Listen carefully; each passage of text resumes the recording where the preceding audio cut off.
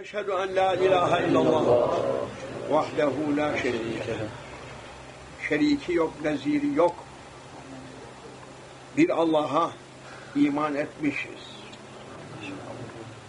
Ve daha ve eşhedü enne seyyidena Muhammeden abduhu ve habibuhu ve resuluhu sallallahu aleyhi ve sellem Efendimizin hak peygamberliğine en büyük oluşuna da iman ettik.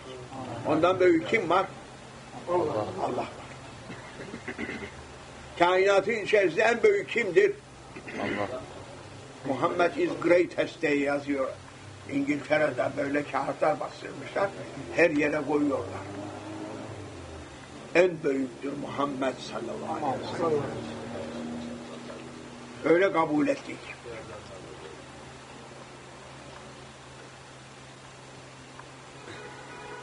Büyükler,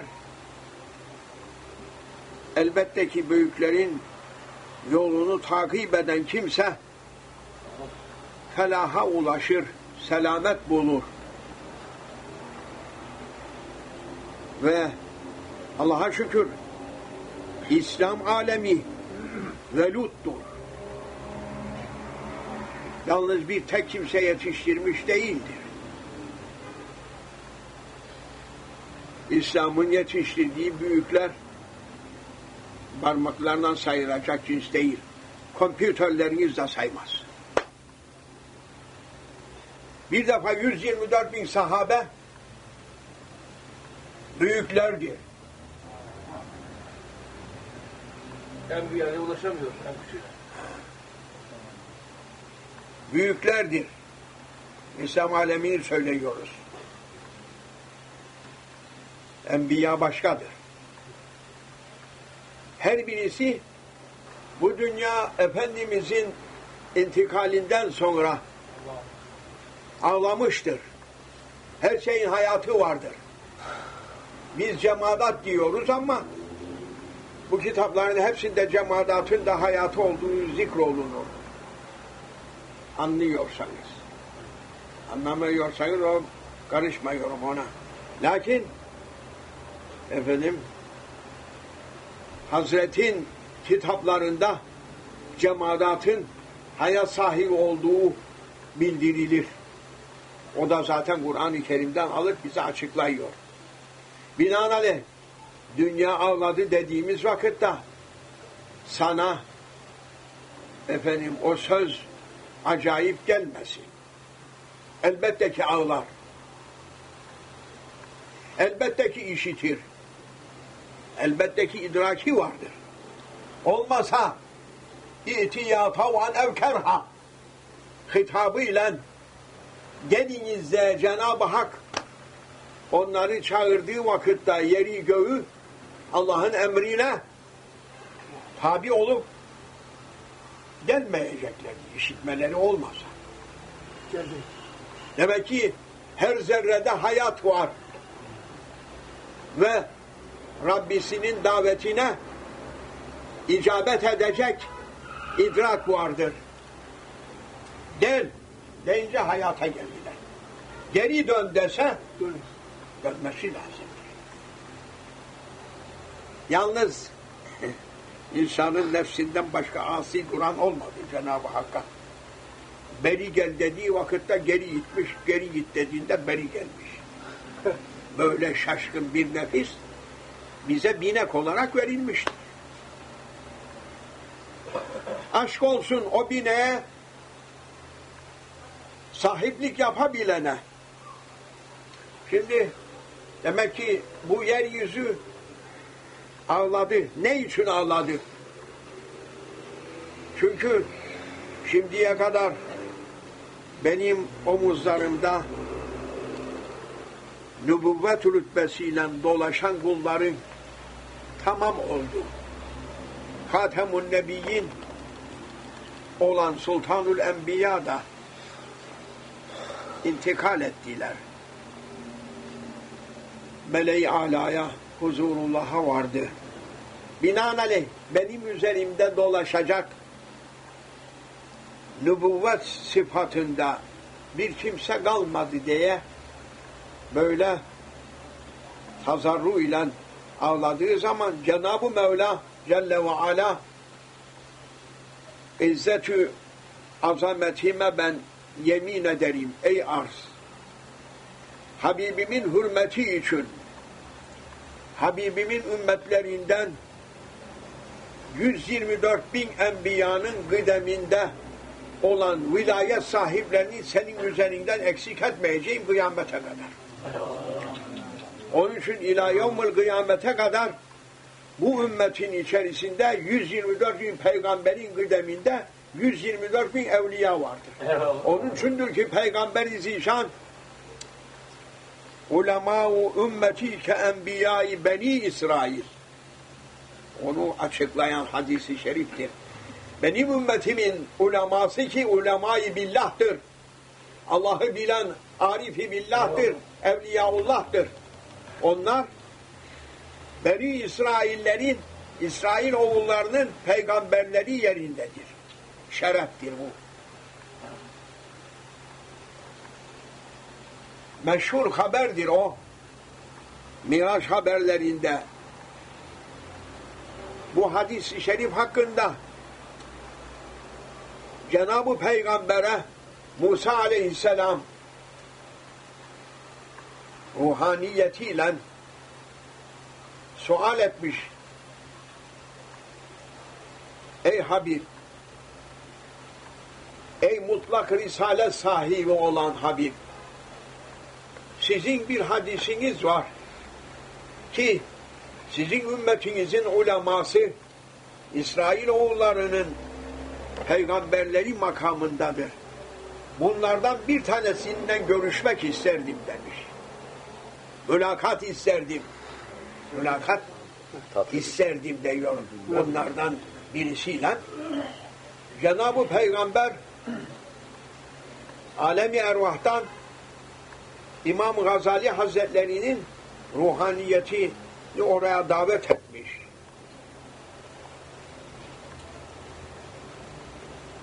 Huzurda hazır olduğu vakitinde Musa Peygamber İmam Gazali Hazretleri'nin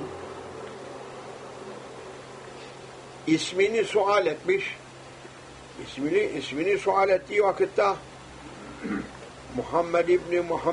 Muhammed İbni kaç defa kendi ismiyle, atasının ismiyle ve ondan sonra Ebu Hamidil Gazali diye künyesiyle, maklasıyla böyle uzun bir ismini söylemiş.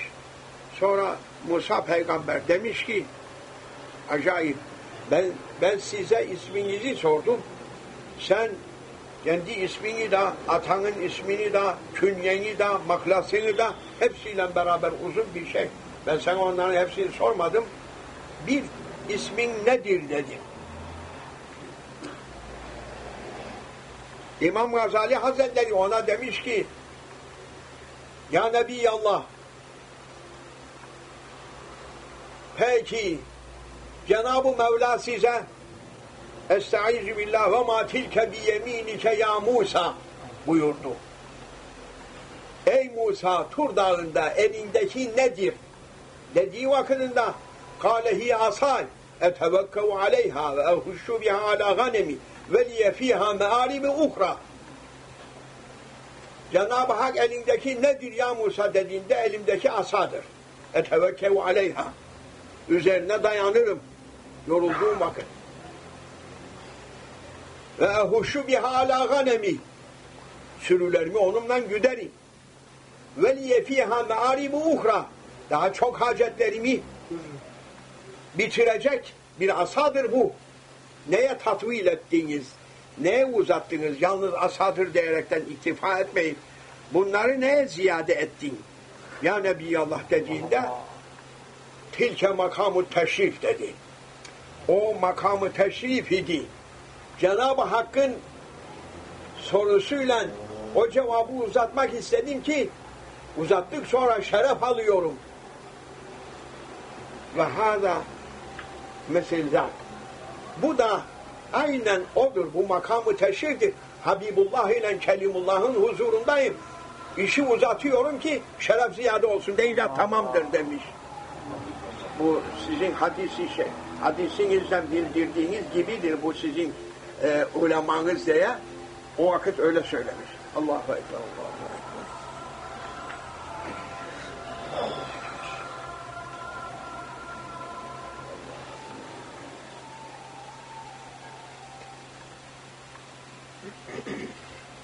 Ezan-ı Muhammed'i okurken atın üstünde asker yürüyorsa Allahu Ekber dediğinde böyle çekip durdu diyor.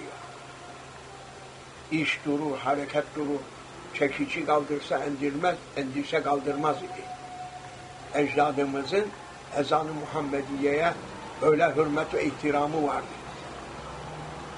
Bizim ihtiramımıza göre Allah bizi saydırıyordu. Şimdi ezan-ı Muhammediye'ye ihtiram kalmadı. İhtiram kalmadı. Ezan-ı Muhammedi mukaddesatımızdandır. Elbette ki mukaddesatımızı hürmetli tutmamız vaciptir. Ders yapsa bile durması lazımdır. Ezan-ı Muhammedi bitsin diye. Hasıl-ı kelam 124 bin peygamberler gelmiştir. Ve 124 bin peygamberlerimizin kıdeminde 124 bin sahabe-i kiram gelmiştir. Onlardan bir tanesi intikal ettiği vakit onlar büyüklerdir. Yerine bir kimse gelmiştir. Onlardan birisinin gidip de yerine bir tanesinin gelmemesi olamaz. Ve bugün yine bütün dünyada evet alemi İslam belki milyarın üzerindedir. Hiç şüphesiz. Lakin kafirler katiyen onu tamam söylemez. Ve o sayıyı sayanlar da zaten hep kafir. Binaenaleyh İslam alemi elbette ki dünya nüfusunun hiç olmazsa 1/4, 1/3 demesek muhakkak 1/4'idir. Şimdi 6 milyonsa demek ki 1 milyar 250 milyon.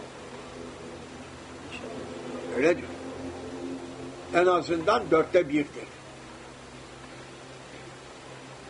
Bu ümmeti Muhammed'in İslam Müslümanların içerisinde muhakkak 124 bin peygamberlerin kıdeminde 124 bin evliya mevcuttur.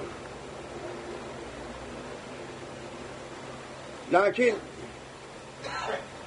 bizim zamanımız fesat zamanı olduğundan ve aleyhissalatu vesselamın buyurduğu üzere kıyamet yakın olup kıyamet alametleri zuhura geleceğinden elbette ki güneş varken yıldızlar görünmez. Güneş battığı vakitte karanlığın içerisinde yıldızlar görünmeye başlar. Kıyamet alametleri Evliyaullah meydandayken onlara sıra gelmez ki.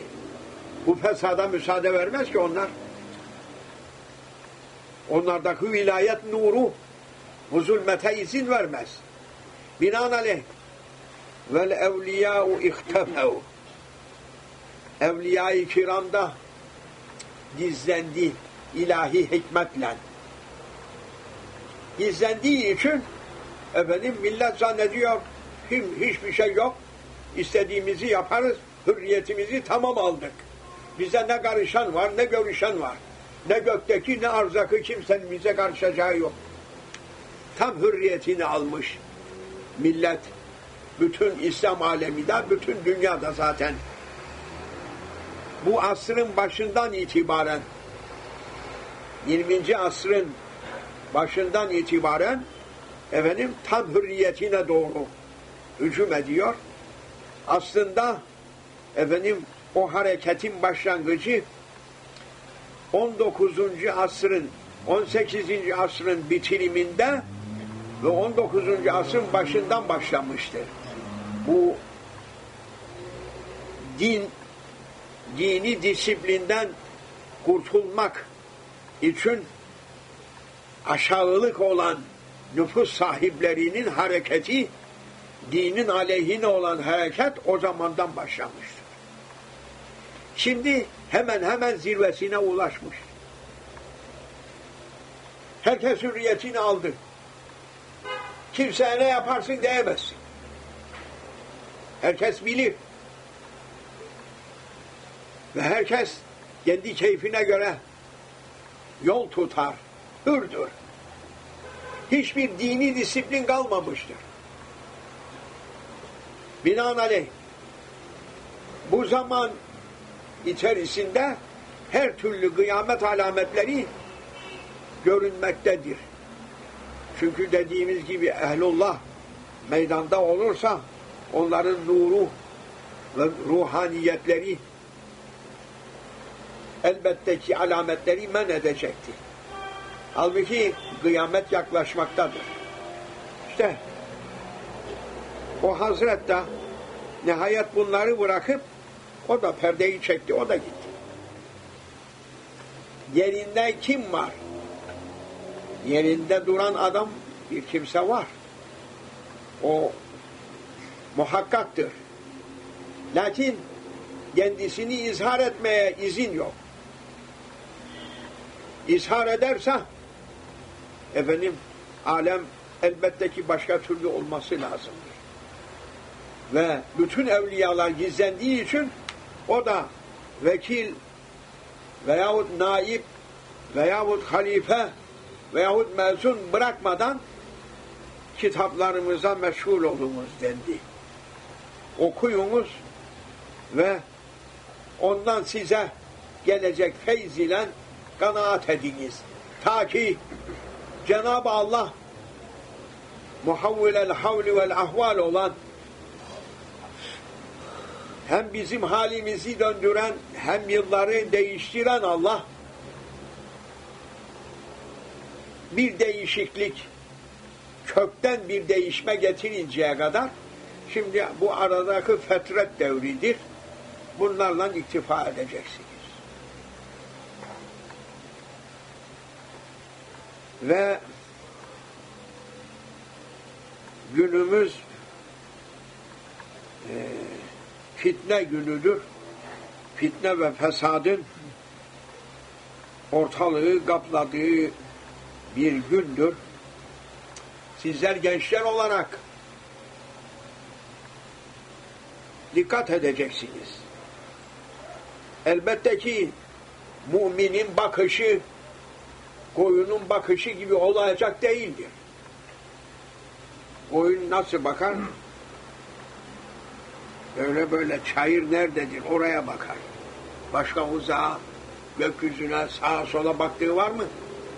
Koyunun. Hayır. Müminler koyunlar gibi olursa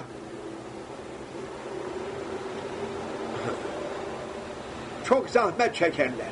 Çok eziyet çekerler. Müminin bakışı ve dünya görüşü olacaktır. Mağripten maşrika bakacaktır. Gün doğudan gün batıya, şimalden cenuba. Her şeye bakacaktır. Ve şimdiki müminlerin bizim bilmemiz gereken bir nokta vardır. Bu gayet mühimdir. Biz elhamdülillah mümin ve Müslümanlar dünyada olan nedir? Veyahut oldurulmak istenen nedir?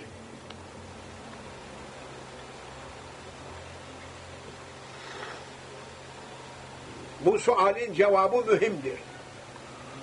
Bunu müminlerin hepsinin bilmesi gerekir. Dünyada olan bütün hareket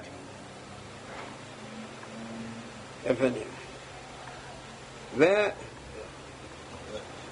oldurulmak istenen bir dünya nasıl bir dünyadır?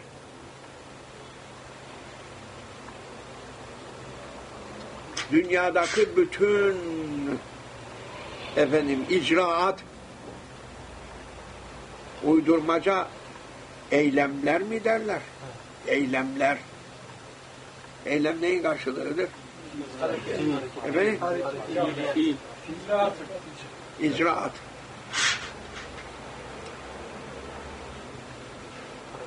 İmanı yıkmak, İslam'ı kaldırmak içindir.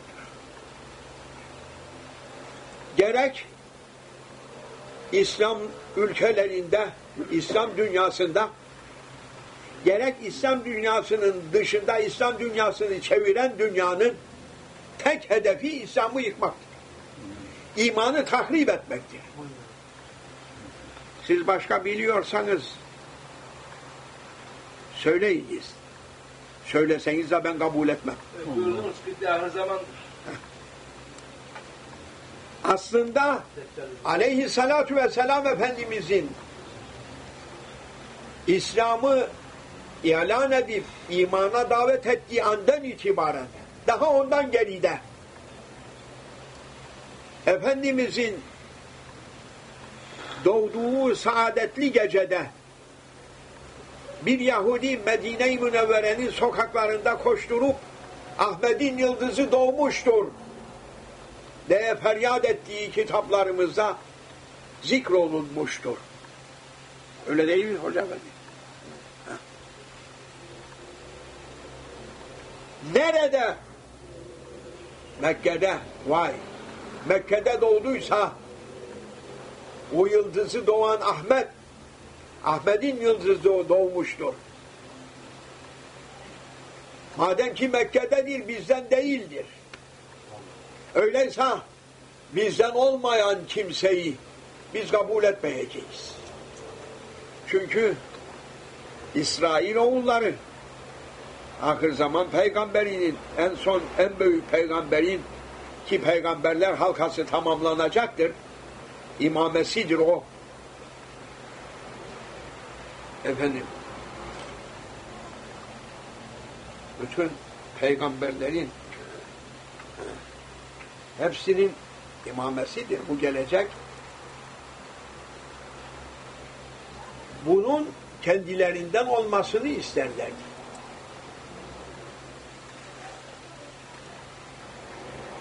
İsmail aleyhisselam kolundan değil de İshak aleyhisselamın kolundan o peygamberin gelmesini isterlerdi.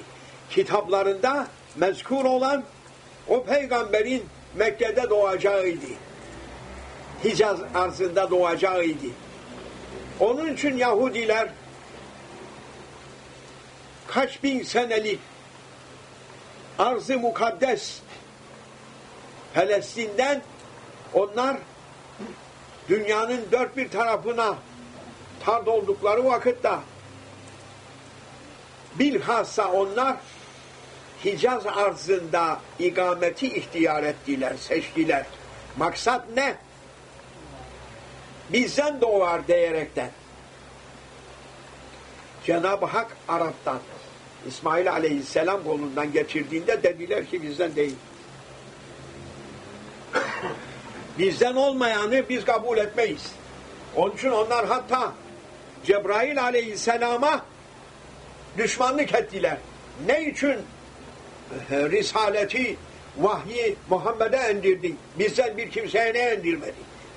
İşte o kadar akılsız, Mongol tipi dört köşe kafadır o Yahudiler.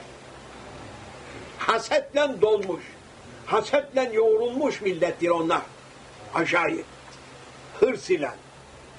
Dediler ki biz kabul etmeyiz. Madem ki ondan geldi biz kabul etmeyiz dediler. Ve o zamandan adaletleri Kur'an-ı Kerim'de yazılır. Bildirilmiştir. Kur'an-ı Kerim'de Yahudilerin bütün hal ve şanları beyan edilmiştir.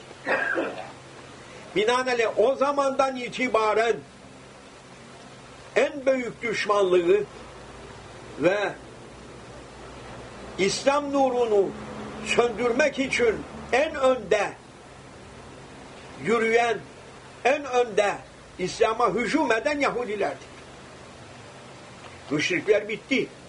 Bir hamlede bitti onlar. Lakin Yahudiler bitmedi, tükenmedi. Ehli kitap oldukları için onlardan kılınç kalktı. Zimmet verildi.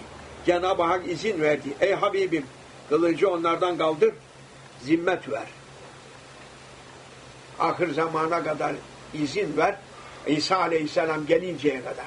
İsa Aleyhisselam gelinceye kadar akılları başlarına gelip senin risaletini, senin hak peygamber olduğunu kabul ederlerse febiha, kabul etsinler. Değilse o zaman satır var onlara. Onun için onlara verilen mühlet hemen dolmak üzeredir. İsa Aleyhisselam'ın gelmesiyle o tamam olmuştur, hududa varmıştır. Ya Risaleti Muhammediye'yi kabul eder veyahut kılıcıyla o bir tarafa sevk olur. Lakin Yahudiler ne İsa Mesih Aleyhisselam'ı kabul ettiler ne de ahir zaman peygamberini kabul ettiler. İkisini de reddettiler ve onlar hala gelecek bir peygamber diye bekliyorlar. Neticede Deccal'ı bulacaklar. Deccal'a kavuşacaklar. Diyecekler ki beklediğimiz buydu işte. Bununla beraber olalım. Deccal'la beraber olmaya bekliyor onlar. Ve bu Yahudiler katiyen ve katibeten İslam'ı söndürmek, İslam nurunu söndürmekten bir an fari olmadılar. Her türlü hile ve hudayı kullanıp bugün de onların İslam'ı yıkmak için seferberlikleri tamam olmuştu. Tam yoluyla, tam az kaldı yıkıyoruz diyerekten böyle hücum etmektedirler ki İslam alemini de ihfal ettiler. Maalesef İslam aleminin içinden İslam'a vurulan darbeler dışarıdan vurulmuyor. Dışarıdan İslam alemini çökertemeyeceklerini onlar bildiler, kanaat getirdiler. Binaenaleyh içeriden İslam'ı yıkmak için seferberdirler. Benim ümmetimin Yahudileri ahir zamanda gelecektir dedi Peygamber Aleyhisselatü Vesselam. Eyvallah. Benim ümmetimden Yahudiler gelecek dedi ahir zamanda. Selam vermeyiniz. Onlarla konuşmayınız. Cenazelerine gitmeyiniz. Hastalarına gitmeyiniz. Kızlarını nikahlamayınız diye haberde gelmiştir.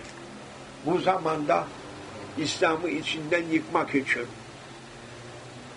İslam heyetinde Müslüman görünerekten İslam'a düşmanlık yapan sayısız fırak-ı dalle deriz, dalalet fırkaları çıkmıştır. Ve ellerinde paraları olduğu için çok kimselerin dinini, imanını satın alıyorlar, dinsiz, imansız yapıyorlar.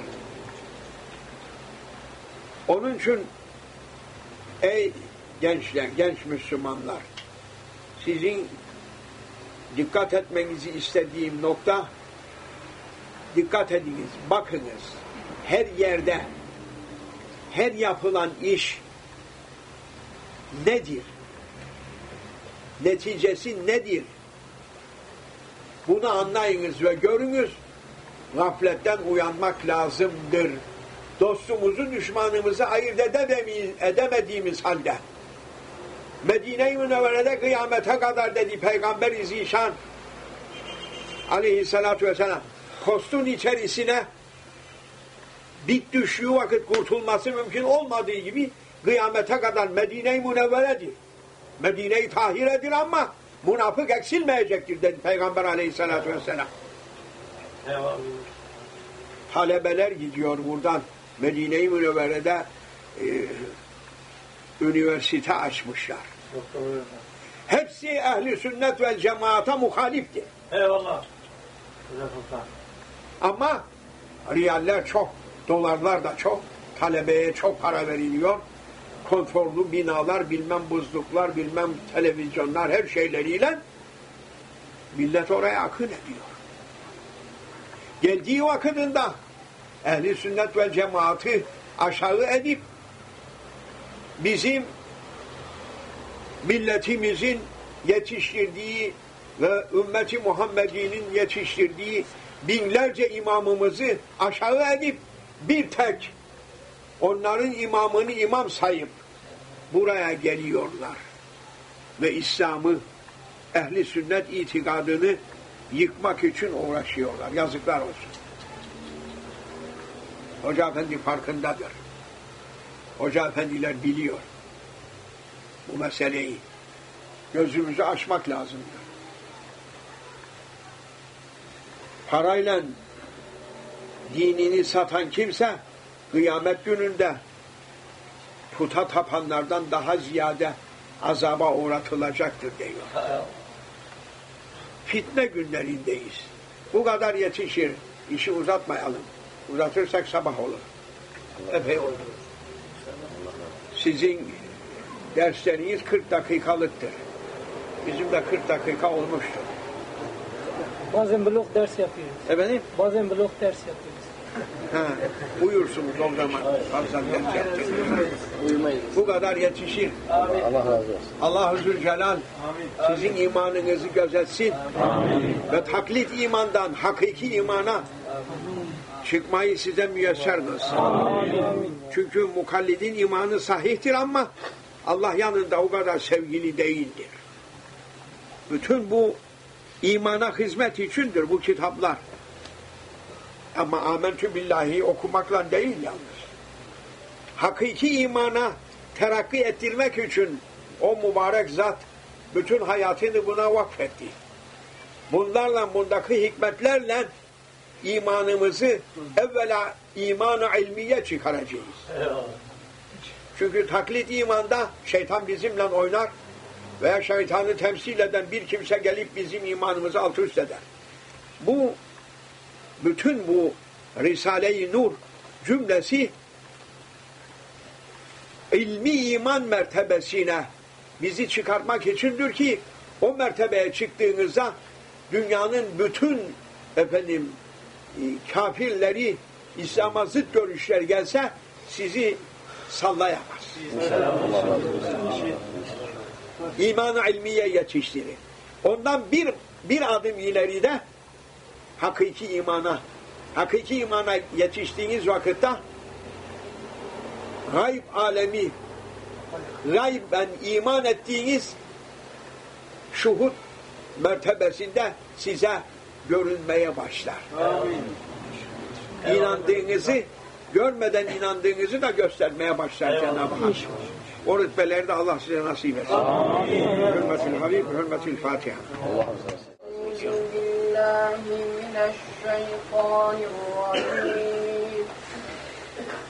Bismillahirrahmanirrahim.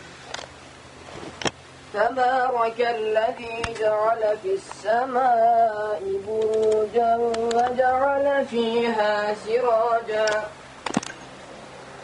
وجعل فيها سراجا وقمرا